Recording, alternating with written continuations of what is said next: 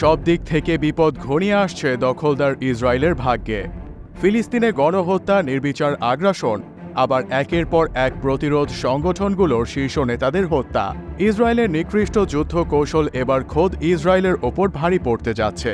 কেননা লেবাননের শক্তিশালী সশস্ত্র গোষ্ঠী হিজবুল্লাহ জানান দিয়েছে যে দখলদার ইসরায়েলের গভীরে জোরদার হামলা চালাবে তারা। তথ্যটি জানিয়েছে মধ্যপ্রাচ্যের শক্তিশালী দেশ ইরান।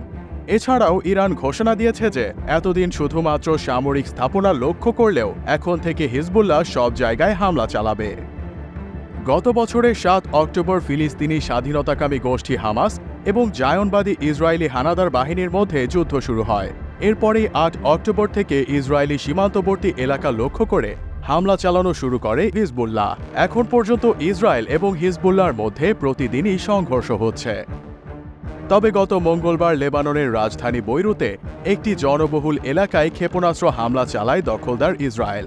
এতে হিজবুল্লাহর সর্বোচ্চ সামরিক কমান্ডার ফুয়াদ শকর নিহত হন। এরপরই সব হিসাব নিকাশ বদলে গেছে এক পলকে। হিজবুল্লাহ ইসরায়েলের ওপর প্রচণ্ড ক্ষোভে ফুঁসছে। এ ব্যাপারে ইরানের জাতিসংঘ মিশনের এক কর্মকর্তা ইরানের বার্তা সংস্থা IRNA-কে বলেছে, আমরা ধারণা করছি জবাব হিসেবে হিজবুল্লাহ ইসরায়েলের আরও বেশি এবং গভীরে হামলা চালাবে। দ্বিতীয়ত, তারা তাদের হামলা শুধুমাত্র সামরিক অবকাঠামোয় সীমাবদ্ধ রাখবে না।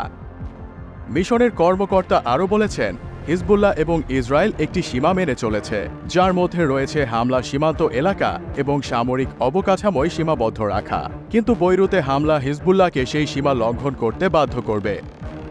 হিজবুল্লাহর কমান্ডার শকর নিহত হওয়ার কয়েক ঘণ্টা পর ইরানের রাজধানী তেহরানে ইসরায়েলি হামলায় প্রাণ হারান হামাস প্রধান ইসমাইল হানিয়া। এখন আশঙ্কা দেখা দিয়েছে ইরান, হিজবুল্লাহ ও হামাস একই সঙ্গে ইসরায়েলের ওপর বৃহদায়তন হামলা চালাতে পারে, যার মধ্য দিয়ে মধ্যপ্রাচ্য জুড়ে যে সর্বাত্মক যুদ্ধের সূচনা হতে পারে।